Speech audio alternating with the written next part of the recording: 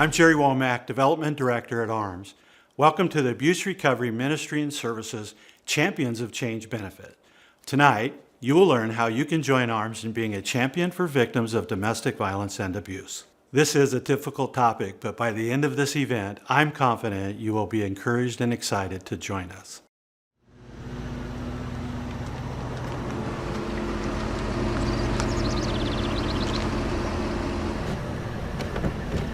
Oh my goodness. Did you see this article online from the Oregonian about domestic violence? No, I don't think so. It says it's on the rise in Oregon and throughout the nation. Really? Does he give me any kind of stats? Yes, it does. It says 1 in 3 women will experience domestic violence in an intimate relationship. Wow. 1 in 3? That is really high. I'm so glad it happened to anyone we know. I couldn't even imagine. Oh, hey, look! There's Tina and Randy. Oh, our neighbors? Hey, guys. Hey!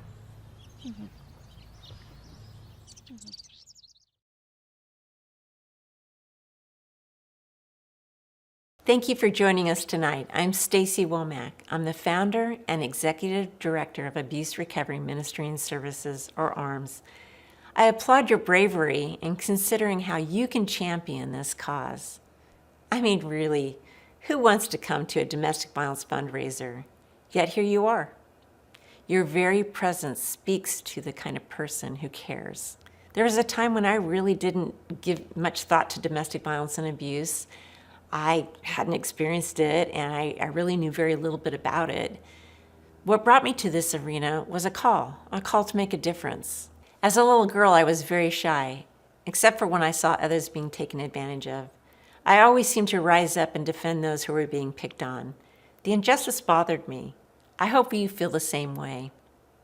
I didn't begin this journey feeling like a champion. I didn't really feel like I was making much of a difference at all. But things quickly changed 15 months later when I began leading a group. I became busier and busier, volunteering my time from my home office. My kids would sometimes groan when they hear the ARMS phone ring, knowing that it was going to take me some time before I was done. Others began asking me how they could lead an ARMS group as well. ARMS quadrupled the number of leaders and groups each year for the first few years. And now we've served over 32,000 victims and survivors nationally and internationally.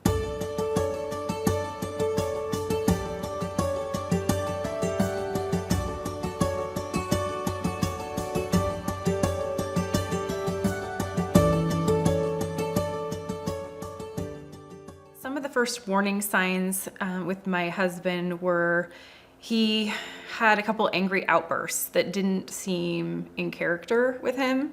He'd always been really sweet to me, but he really lost his temper a couple times, and it made me nervous, but I didn't really take them as warning signs, I guess. I just kind of overlooked them or made an excuse for them, like, oh, that was a one-time thing, it's not gonna happen again. Things changed when we got married.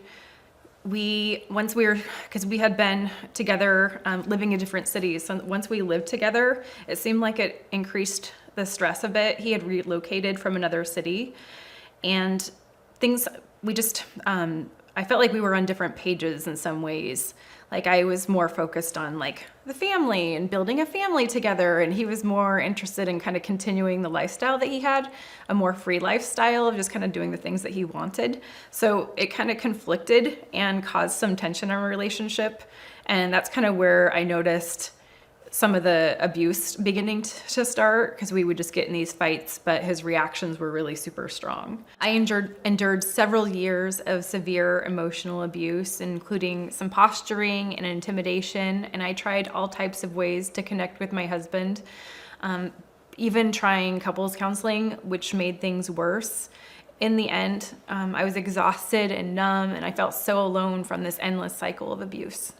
So we got in an argument, and it just really escalated, and he threw a tool at me, and it hit me between my eyes and hit my nose, and I got 2 black eyes, and my nose was really swollen and bruised, and I wasn't able to go to work for multiple days. And then when I did go to work, I had to cover it with makeup so that people wouldn't notice. And that was really scary for me because that was pretty early in our marriage. And so after that, I knew what he was capable of. I was definitely scared to, say certain things, do things. He really wanted me to be isolated. I wasn't allowed to go hang out with my friends. So I definitely had to change my lifestyle. I mean, he didn't even want me to work out because it meant that I would be trying to look good for other people. So he really began to control like various aspects of my life. The turning point for us was that my son had gone to his grandparents for a few days, and my abuser had gone to get his hair cut, and I had gotten my hair at a different place. So we were meeting up for dinner, and we got into an argument. He wanted me to have some drinks at dinner, and I didn't feel comfortable doing that. And he began to get upset and get louder and kind of even posture in the restaurant. And I told him that I was not going to do that there, that if he wanted to go home and talk about it, that would be fine, but I was not going to do that, and that he could come home with me or that he could get a cab. He said some not so nice words to me, and then I left. And as soon as I got home, I had like this sick to my stomach, overwhelming feeling in my gut, and my heart was racing, and I was just feeling very scared. And I knew God was telling me, go, don't stay. So I really quickly threw my blanket and my pillow in my car, and I went down the street a few blocks, and I tried to sleep in my car. And I was getting some phone calls from him like over and over repeatedly, and I shut my phone off. I turned my phone on at midnight, and I immediately got a phone call from my friend asking me if I was okay, and she was frantic, very upset. And she told me that my husband had committed a crime at her son's house, who their family was good friends with me. We'd been lifelong family friends, and that he was getting arrested. And ultimately, he went to jail for 2 nights, and he went to the OHSU psych lab for 4 days. He went to the house with a loaded 9mm gun, and with the intent to shoot up to 3 people, possibly me included. I was interviewed by DHS and investigators and police officers, and amidst of all that, my son just said, I just love my life. And right then I knew that was a God thing, that God was protecting my son. And so that was a huge relief for me. So I kind of bumped into the ARMS Her Journey program through church. When I walked into my first class, I just felt like this huge amount of peace. I mean, it was darker, it was quiet, the facilitator was so kind, and I just felt this huge amount of like love in the room.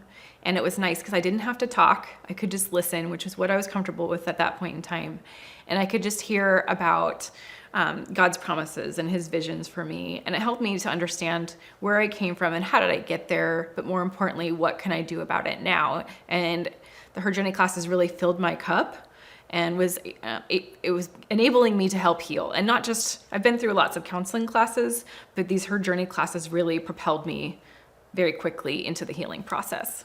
My favorite lesson in the Her Journey classes would be definitely the boundary classes, because I've always been kind of a people pleaser, and I didn't really see a lot of boundary setting modeled in my life, like through my life. And so it was really interesting to hear about, staying in my yard and taking care of my own weeds in my own yard versus helping other people, and just being able to just practice those boundaries in safe places and relationships that I had in my life at the time. And so that was definitely one of my favorites. I also loved the class about forgiveness, because I had a really hard time forgiving myself.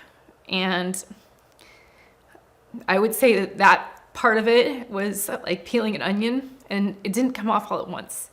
It really was like layer after layer. But it's really hard to forgive yourself, especially if you don't even know how you got into this place. It was just like this whirlwind. And so the forgiveness was really a gift to me to be able to heal, so let things go. That like, yes, I did the best that I could at that time, and maybe it wasn't very good, but I did the best that I could. So between those 2 classes, those were the most important to me. It is hard to let go of those unhealthy patterns, but today I can say that I'm a better mom, friend, and daughter because of my experience. I'm really thankful for the Hurt Journey program because it has really allowed me to understand how I got here, and more importantly, how much God loves me and how he has great plans for me, and he can use anything for good. And it has allowed me to heal more thoroughly. Everything started to make sense, and it kind of grounded me and allowed me to just like really understand and get back to, frankly, who I was before the abuse, so that I can just do all the things that God has planned, because he has amazing plans for all of us. I would recommend Her Journey classes to anyone because it's a safe place. We have the support of other members in the class. We can, like I said, we can observe and listen and participate if we want to. And because it's continuous and it talks about different topics, it kind of like heals you from different angles. And you can build on that and continue to build on it. And you can even take the class more than once, because sometimes we go through a healing process and we're at a different place and we may hear the message differently. People should really help ARMS. The more people that are aware of this, the more that it's talked about, and the more people that can help fund organization like ARMS, more people can get healing, and which means that they can live the life that they're supposed to live, a life full of hope and joy and healing, and we can move on, we can step forward together and just make a better life for ourselves. I can't believe it. It is such a beautiful day for a run. I know, right? And we have plenty of time to get things done before the weather starts to change. Yeah. So, how far you want to go today? 3 or 6 miles, or should we go all out and do an even 10? Well, let's start with 6 and then see if we feel like going for 10. All right. You ready yet? No, not yet. You know we're gonna be late, right? Right. We're gonna be late again. Do you think they're all right? Should we go and check on them, do you think? No, it's none of our business. Why aren't you ready? Every couple fights sometimes. I'm sure they're gonna work it out. All right. What time it is?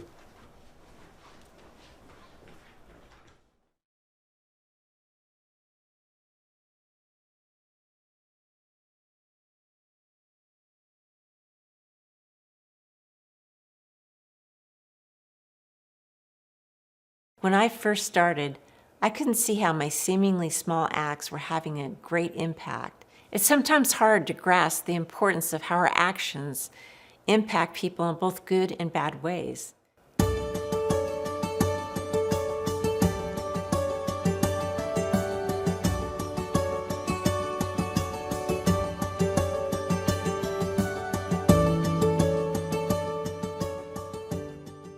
Domestic violence entered my life shortly after I entered my relationship with my abuser.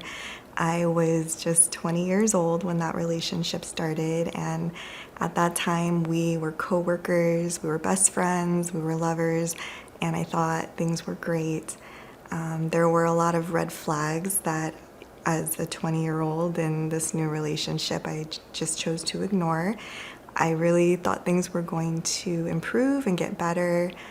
And I loved him. We did enter this cycle of abuse that just became very normal. I thought it was typical ups and downs in a relationship, and it turns out I was very wrong. The abuse that I did in the relationship was verbal. There was a lot of verbal abuse on my end and psychological abuse. I had so much resentment built up. You know, each year that passed, I grew more and more resentful over things that he was doing. My attitude, of course, didn't make his attitude any better towards me. He was getting very angry, and the more angry he got, the more resentful I grew because I couldn't believe he was the one who was angry. So I said a lot of things that I knew were hurtful. I said a lot of things that I knew would be very detrimental probably to his mental health. And the event that got me arrested happened in September of 2019. At that point, my now ex-husband and I had been separated for probably over a year, maybe 2 years. And I had come home from visiting my sick dad, and he was in the apartment. I wasn't expecting him to be there, so I came in and I was instantly upset. I chose to be in an argument with him, and I chose to escalate that argument to an even bigger argument. So not just bickering back and forth, but we were yelling at each other, and I was, ordering him to get out, and that, of course, was making him very angry. He had me trapped against the front door with my dog, who was next to me, based on past events that had happened with him, with abuse and trips to urgent care. His threats, I really believed were true. I really believed that something very bad was going to happen. But again, I chose to stay in the apartment. I didn't just turn around and walk away. And he threw this piggy bank at the dog. And at that point, I pushed him off of me. And right when I pushed him off, I knew, gosh, why did you do that? Because that was just going to set him off, and it did. So I ran into the kitchen, and I grabbed the first thing I could find, which ended up being a steak knife.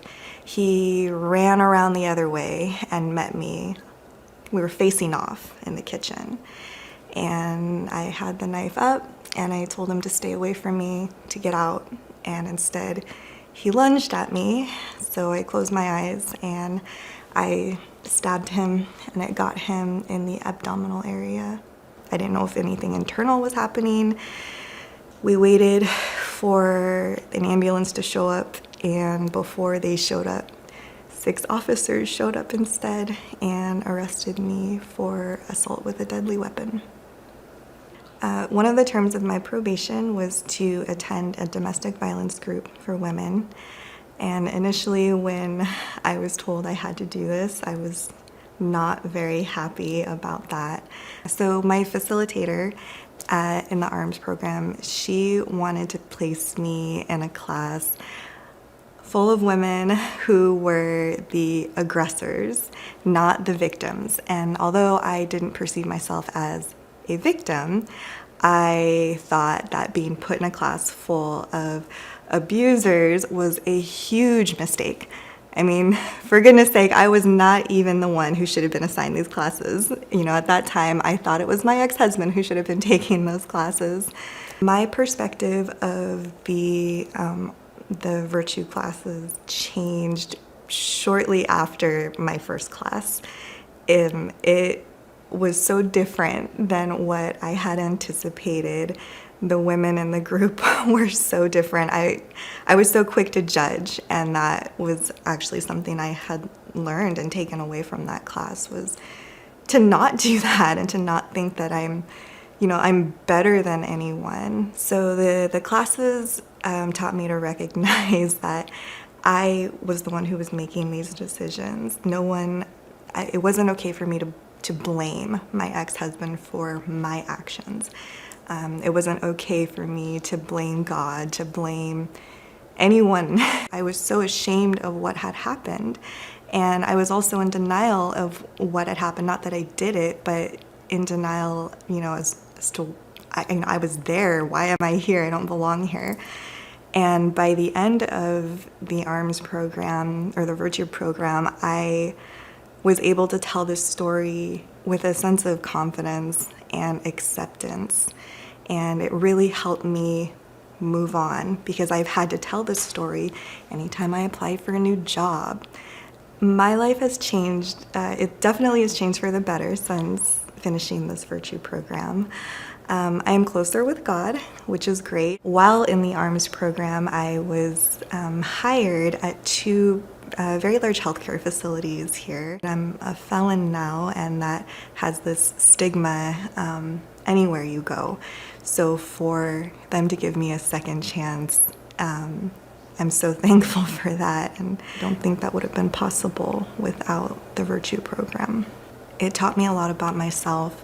I think it taught me a lot more than even if I had gone to counseling or therapy. I am thankful for the Virtue program, for giving me the confidence to move on, to accept what happened, but to also move on and flourish. So to this day, the ARMS program, it helps me practice patience, humility, and empathy. And I'm able to determine why someone else is expressing anger or negativity. And in turn, that helps me respond in a non-abusive manner. I think it's very important for people to get involved in the issue of domestic violence because the ones who are involved will rarely say anything. They will not advocate for themselves, and they need someone to advocate for them.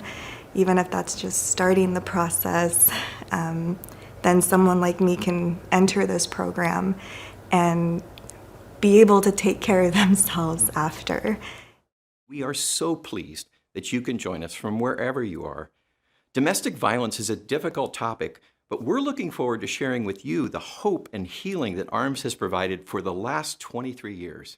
Babe, I really think that we should donate to this cause. So many people are hurting right now. What do you think? I don't know. I got that planned trip to your sister's to think about. And we already gave to other nonprofit last month. Yeah, but don't you remember the statistics from the article that I showed you? People are getting hurt. But what if people mistake our financial support as a sign that you and I are in an abusive relationship? Like I'm hurting you. Besides, we don't really know anyone that's experienced abuse. I never thought about it like that. I guess we have other things that we can donate our money towards. You're right. Us at ARMS are truly blessed to be partnering with you and honored to share.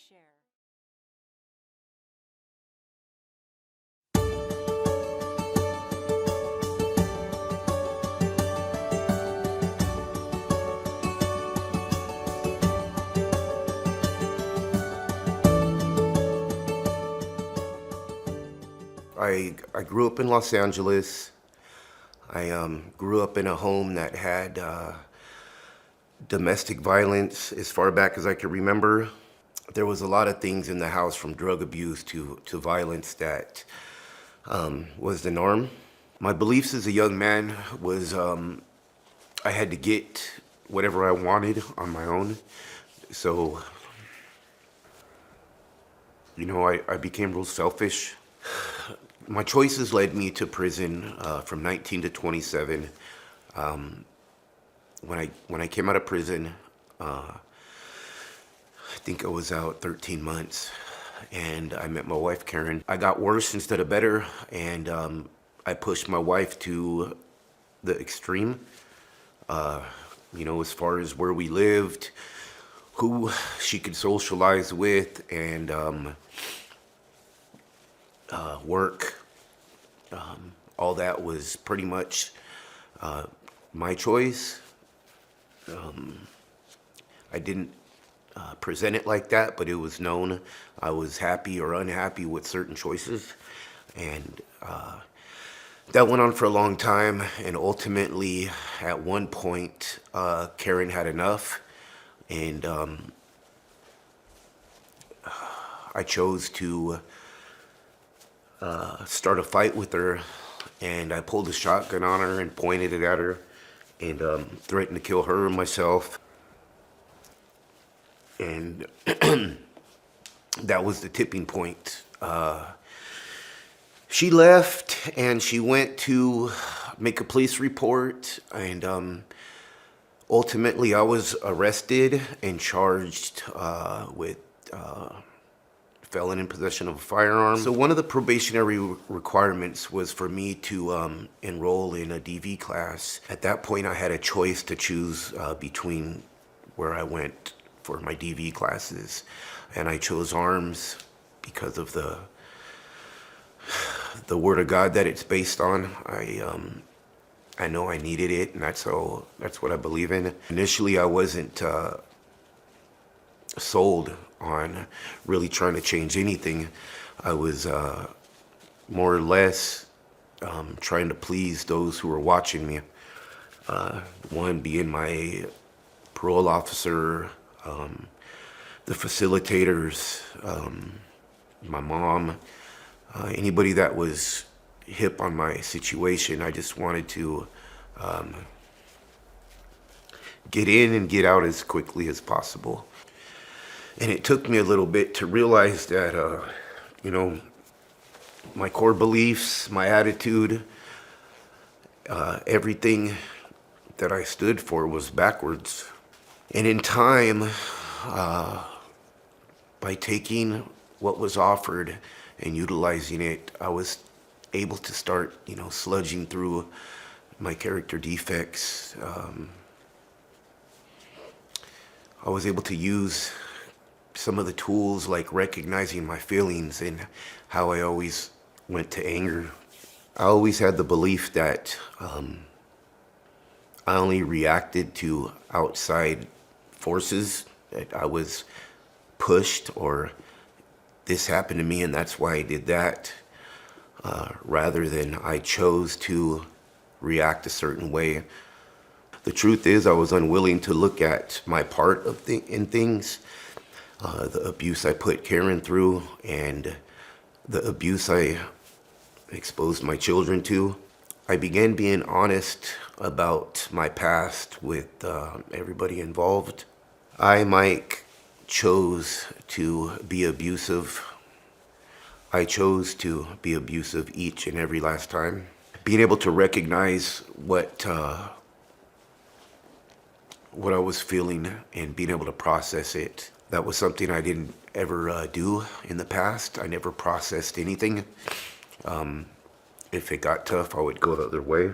The homework assignments each week was like peeling back the layers of an onion,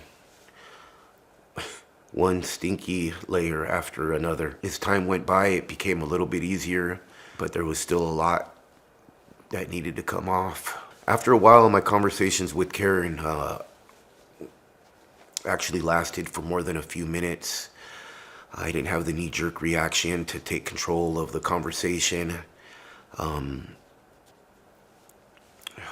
With my kids, I would, kneel down and listen to them and ask them questions. Karen started to see a transition with my behavior, and things slowly began to get better with our relationship. I still get angry, I still feel angry, but I choose not to be abusive. I would like to apologize to Karen for breaking my vows to her and putting her through what I put her through.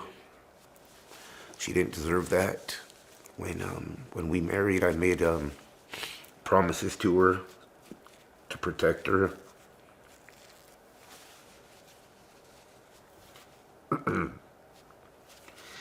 And for that, I'm sorry. Thank you for making the decision to protect yourself and our kids. As I continue to work on myself, I hope that brings healing to her. I'm grateful to ARMS solely on the fact that it saved me from myself.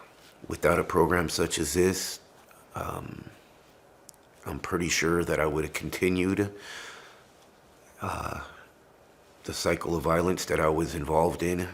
If you're willing, it's a place that could save your life, your freedom, and I'm grateful for that.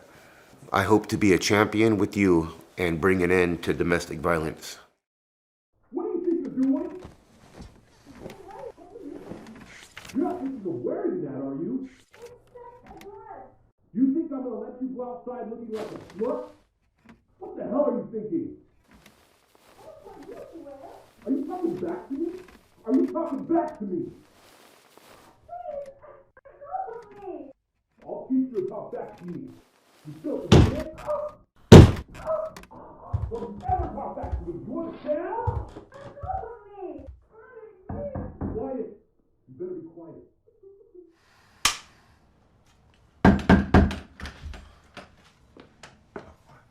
Thought you could use this.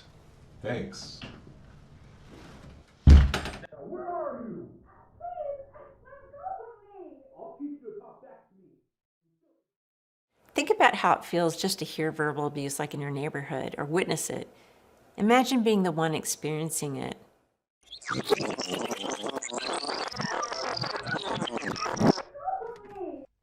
teach you to talk back to me. You still forget it?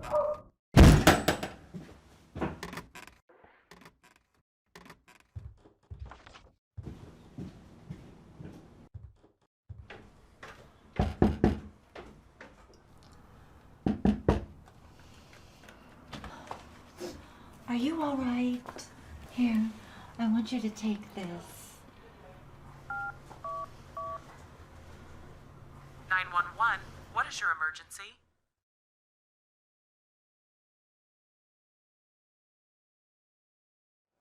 Don't choose to walk away just because it's easier than running towards this difficult topic and taking tangible actions through your gifts tonight. At our very first benefit, Matt shared his story of abuse. At the time, his relationship was over. He hadn't even been allowed to have contact with his kids, yet he was so thankful for the Arms Mankind program to the point of tears. He called me this last year, nearly 20 years later, and told me how he just kept working the program year after year, loving and serving his ex-wife and children, even though their relationship had ended. Because of his consistent dedication to change, he shared that they are now remarried and doing well. Again, in tears, he thanked us. Ruth fled from her abuser after the police told her to get out. They were concerned that he would kill her. Attending her first Her Journey group was really scary. She didn't know anyone, but after just a few minutes, she realized these were her people. They understood her. She learned that she wasn't crazy, that what she had gone through actually had a name. She met other women who had survived, and she wanted to be like them. It was her first glimpse of hope. She courageously took back her life, her dreams, and her independence. Ruth has been a Her Journey leader for many years now and has been a champion for hundreds of other victims of abuse. She states that she could never have done this if it weren't for people like you being a champion for her. Parents and friends of victims of abuse call us regularly. It's traumatic to see someone that you care about going through abuse, seeing them lost in the confusion of someone treating them like they love them and then treating them like they hate them. They want to help, but how? None of us can do this alone. It's going to take everyone working together to end abuse. I think it's harder to understand the importance of being a champion of a cause like this if you don't feel like it's a part of your life. But studies show that 1 in 3 women have experienced abuse in their intimate relationships. You might be shocked to find that the person that you work with, or someone in your church, or people who look like their life is all together, are actually experiencing domestic violence and abuse in their relationships. I know I was. In fact, I can't go anywhere without someone sharing their abuse or sharing their loved one's abuse after they find out about the work that I'm doing. There's this misconception that abuse is only happening in homes that are economically challenged or where there's drug and alcohol abuse.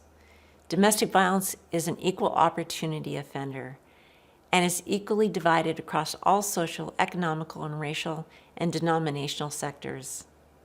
Domestic violence is the #1 cause of injury to women in the U.S., actually in the world, but most abuse isn't physical. Abuse is a learned behavior and mostly passed down from one generation to the next. It's a cause of most of our social issues. For instance, children who witness abuse are 6 times more likely to attempt suicide, 60 times more likely to participate in delinquent behavior. They're more likely to be depressed, anxious, and violent with peers. 3 times more likely to repeat the cycle in adulthood.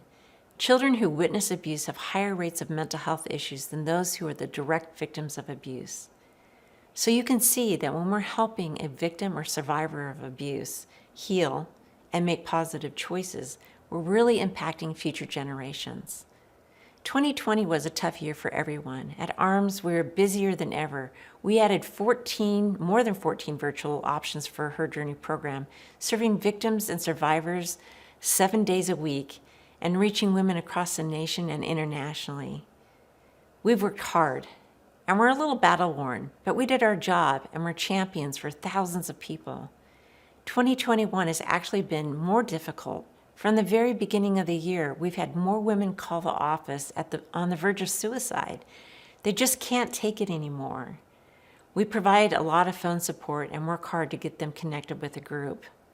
We serve approximately 250 women a week in 3 languages. And even for our men, there's been a heightened sense of frustration and discouragement this year. Community corrections is overloaded with domestic violence probationers. Our men's intervention groups are running full with a wait list. We struggle to find people to train to help lead these groups. While people have seen the need to support COVID-related causes, the COVID-related stress that increases the severity and frequency of domestic violence and abuse, and the support needed to address this issue has generally gone unnoticed. When you champion any cause, you can't just sit back and do nothing. Being a champion is costly, but there's great rewards. ARMS has served 35,000 women and men since we began, but we can't continue without you. Tonight, I'm going to ask you to use your weapons to help us end domestic violence. You can right injustices. You can save lives. You can be a champion. It costs ARMS about $75 to provide 15 weeks of free recovery services for women through our Her Journey program. You have the opportunity to be a champion for women like Amber. To champion means to be an advocate for or to support. How many lives do you want to champion this year? We're aiming to raise $150,000 tonight. This represents 2,000 victims of abuse when actually we serve closer to 3,000 victims and survivors each year, and that number is growing. There's 2 ways that you can be a champion for others. First, make a monthly pledge. These monthly pledges are a way to help victims of abuse all year long, and I can't emphasize how much this helps ARMS in this battle against abuse. You might not have a lot to give at one time, but a moderate monthly gift given over the year makes a huge difference. Secondly, you can give a one-time generous gift. And there's some of you watching tonight here who have the ability to give a large donation. And I ask you to do that because without it, we aren't going to be able to reach our goal of $150,000. Because of the generous sponsors that we have, we've covered the total cost of this program. That means that every dollar that you give goes directly to victims that we serve through our Her Journey program. If you're at someone's home as a guest, your host is going to hand you a giving card and an envelope to use. Or if you're watching this from your own home, you can give online. The link is provided below. In order to give your monthly pledge and a one-time generous gift online, you're going to have to enter the system twice. But don't let that deter you, brave champions. Just make sure that you have your weapons readily available. If you prefer, you can mail in your gift to our national office. That address is listed below, or call in your donation. That number is also provided. Using your debit or credit card is an easy way for you to give both your monthly pledge and your one-time gift in helping us to reach our goal of $150,000. Remember, every dollar you give goes to help victims of abuse. Tonight, you can be a champion, and you can help stop the cycle of abuse for women and their children. Maybe you need our services. Call or email us. If you want to train to be a leader, or if you want us to come to your community to provide training, just let us know. While you're preparing your weapons to end domestic violence to help us reach $150,000, we're going to let the video run for a couple minutes, but we'll be right back after you prepare your gifts. But before I go, I want you to know that those of us at ARMS are truly blessed and encouraged to partner with you. We are honored to stand shoulder to shoulder as we champion to end the cycle of abuse for families that we touch. Thank you, and God bless you.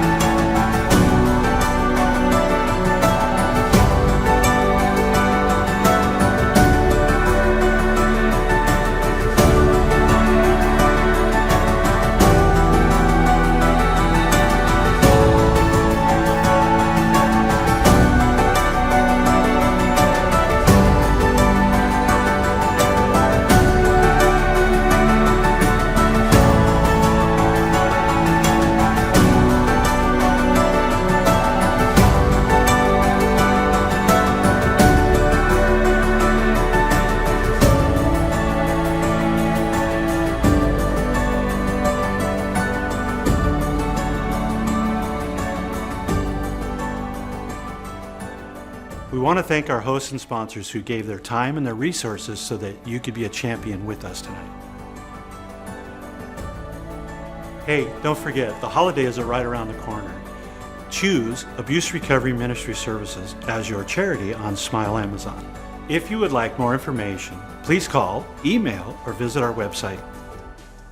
So again tonight, I'd like to thank you for being a champion to end domestic violence and abuse in the lives of those we serve at ARMS.